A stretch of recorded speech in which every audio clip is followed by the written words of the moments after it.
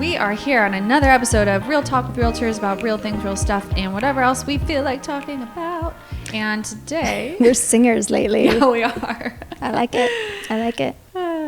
Shania Twain. Kelsey Twain.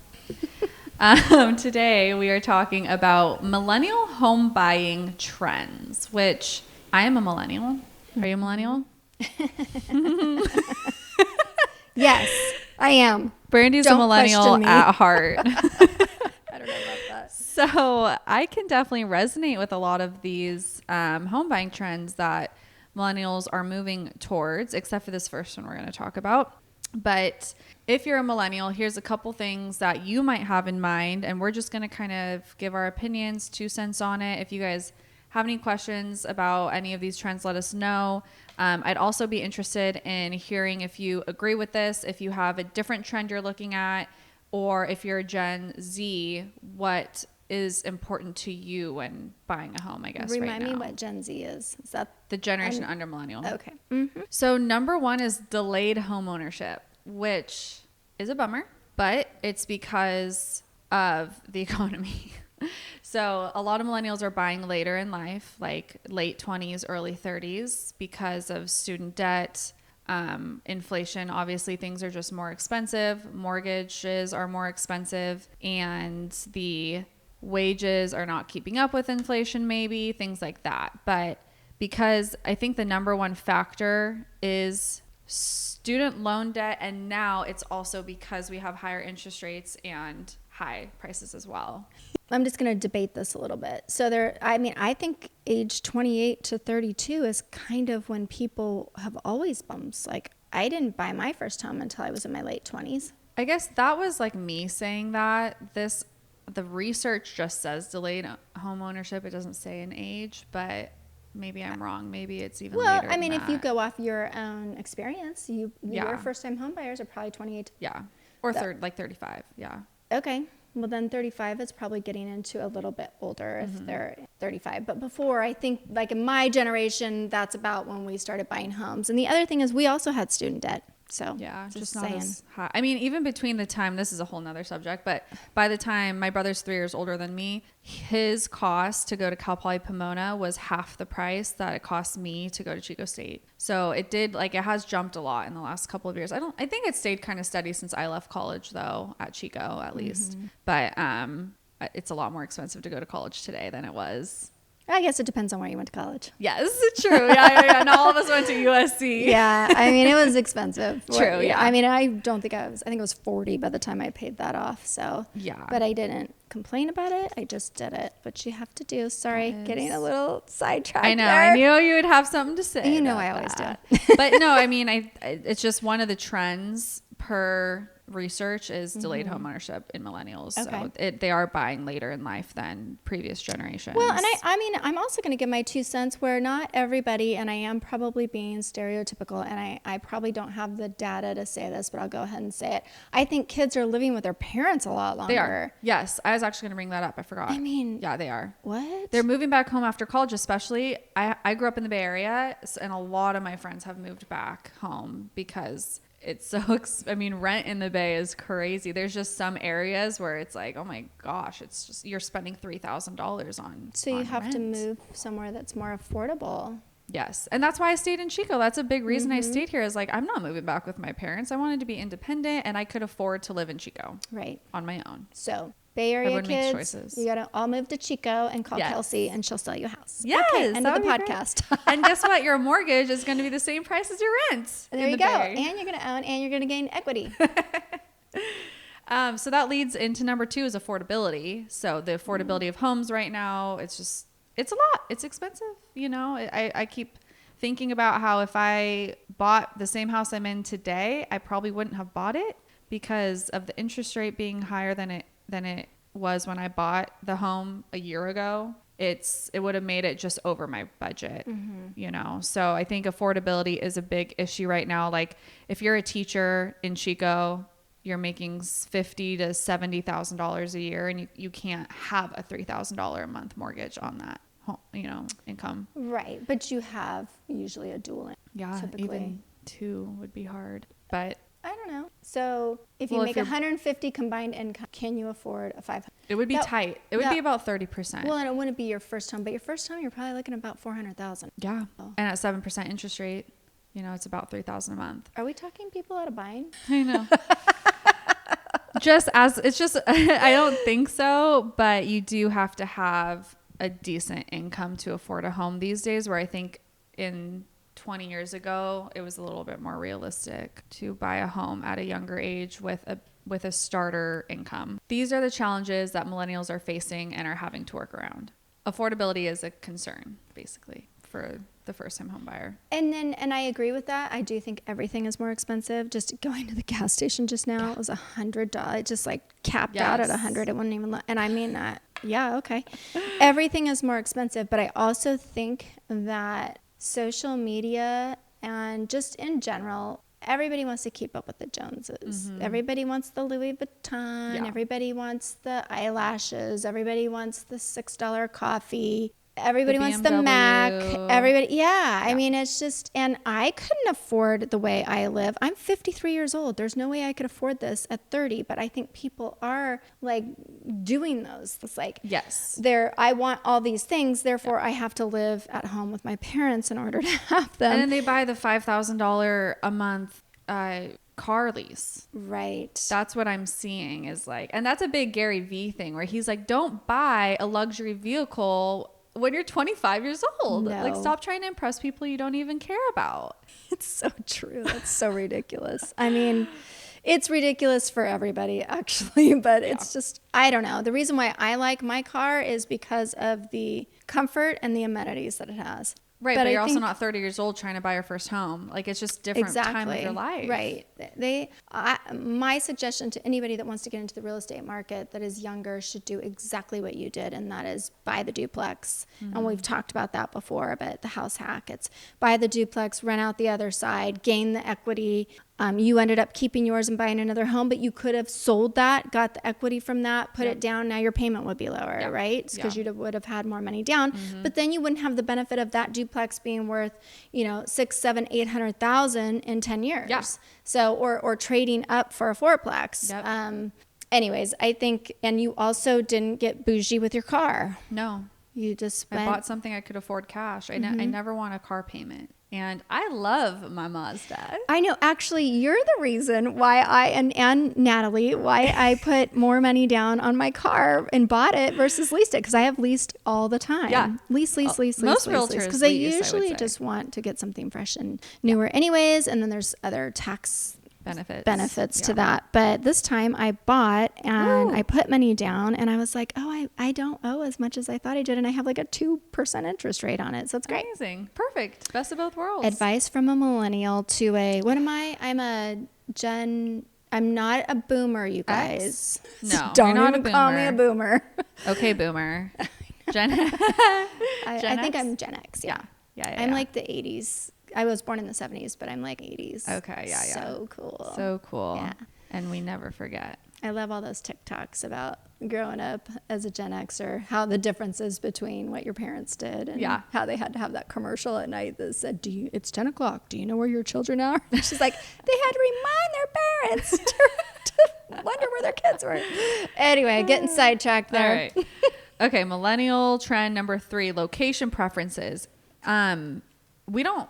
Chico's such like kind of an anomaly when you're looking nationwide. Like, I think they're really talking about more metro areas. But here it says millennials often prioritize urban or suburban areas that offer a desirable lifestyle with easy access to amenities, entertainment, and job opportunities. Walkability and proximity to public transportation are important considerations. So that's like, I'm thinking of like San Francisco Bay Area. Which is so expensive. But I have friends who rent in metro areas and they walk to their gym and they walk to get coffee and they do want to be kind of in the center of city life or something fun, but then they get married and have kids and they want somewhere like Chico where you get some space and some land and it's more community and less city. But 100%. If you're talking millennial, like young millennial, that's definitely, they want that urban lifestyle. Well, they could move to Merriam Park, I guess. Totally. We need more restaurants there, but yes. Yeah. Home size and features. Many millennials prefer smaller, more manageable homes compared to the larger homes preferred by previous generations. And then low maintenance features and energy efficiency is important considerations because we don't want a mortgage on top of a $500 PG&E payment. I don't know that I found that true locally speaking. I mean, but I guess I haven't worked with, maybe I haven't worked with a lot of millennials, but I can't recall a buyer saying, you know, I want a small yard, a really small yard. Yeah. Just people don't say that here. Not in cheap. I see more, they're more compromising, right? For like what they can afford. It's like, well, my budget's 400, so I guess I'm okay with a small yard. Or I guess I'm okay with this small Yeah, home. I feel like what we get here is, okay, I want a 1,500 square house, but I need it on a half an acre with a shop. Yeah, for good luck. 400. Yeah. So anyways, you're right. I think that's not specific to our area. Yeah, and I haven't seen them preferring smaller, but I have seen trends as a whole move more towards, or like back towards that compartmentalization of homes rather than like the wide open everything. And as people are having kids, they're desiring a little bit more compartmentalization of the spaces. So meaning not an open floor plan? Not an open floor plan. Like the kitchen's maybe not the first thing you see when you walk in, because if that's the case, you have to keep your kitchen spotless all the time. They want more division from the children. Yeah. And it's a lot louder when you have, like, my house is all open and super high ceilings and it's loud and echoey. So people don't love In that. my house, you do not see the kitchen when you walk. No. You got to keep that front room clean. But there's not very many people that don't walk into the house. So I've heard that statement about having the kitchen cleaned at all times. And if it's in the back, you still got to, people are going to come in your house unless they're just like standing in your entryway. Anyway, I guess nice not for it to be like the first thing you see. Interesting. Number 5, technology integrations. Millennials value homes that are equipped with the latest technology and smart home features, including appliances, security systems, energy management system, and smart home assistants. I remember one home, I think it was on the market last year, that had like a full smart technology setup for everything. Like everything was connected to probably Google, I would assume. And it was the lights, like the shades, like everything was connected. And that was a huge selling feature of that home. But we, again, don't see a lot of that here in Chico. We don't. But in other areas. Do you know what I think everybody should start adding to their homes, which is fairly cheap? A USB outlet. I just went and stayed somewhere, and those are cool. I have them all over my house. And I'm like, I never bring the plug adapter to plug in my phone. But I'm like, where's your USB? The iPhone's not USB anymore, so it's killing me. Like the other side, it looks just like this where they plug it in. No, mine doesn't. Mine does. I mean, I have a cord that has a USB on the other end. When you get a new phone, it might not fit it This anymore. is a 13. Is that the 14? 13, yeah. So I guess just the new chargers that they're giving out, you have to keep your USB one because the new ones are not that way. But as long as it fits into your phone. Okay, we're getting totally sidetracked. But you could order... You could just order on Amazon the cord with the USB on the end. That's what I do. Yeah. Anywho, technology. Yes, I get that. I love that. I mean, even just the Ring camera. Or any cameras. Having cameras installed in the house is... they're cheap now. Yeah. Those Rings, you can get one for like $50. Yeah. Remember when they were 200? The Rings and even the Google cams that you can get at Costco.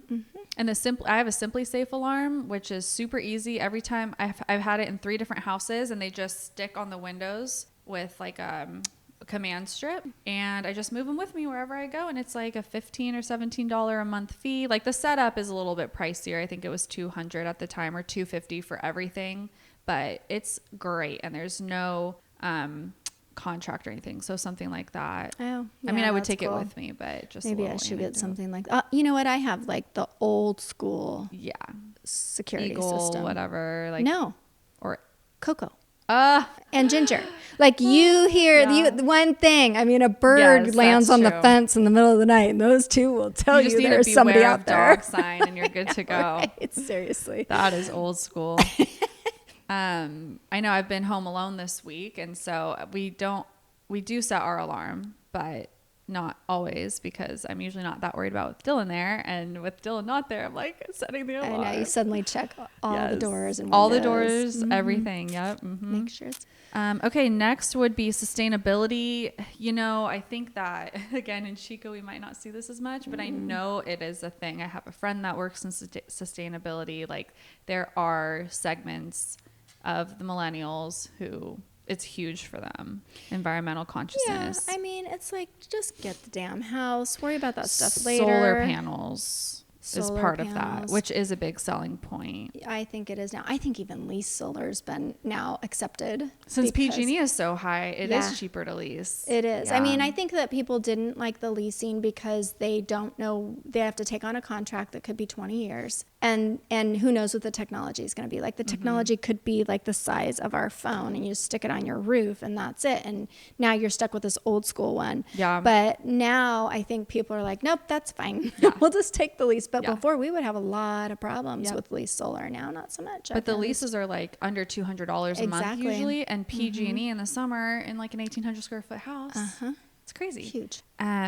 So that is something. And then it says here too, efficient insulation and low water usage systems, but we have that as a requirement in Chico, where you have to have a certain amount of insulation in your attic and low flow. So that's always kind of been a thing here. And Chico is pretty like energy forward, right? Right. Energy If you conserving live forward. in the city limits. In the city limits, yeah. And then number 7, lastly, is not about the home itself, but millennial trend being online research and digital tools. Huge. I mean, millennials are able to and want to look everything up and research. Like my husband researches everything on YouTube. So they're looking, and which is good for realtors who want to post information. It's a good way for people to find you and to also learn about everything. But yeah, they're relying on online resources and real estate websites, property searches, mortgage research, neighborhood info.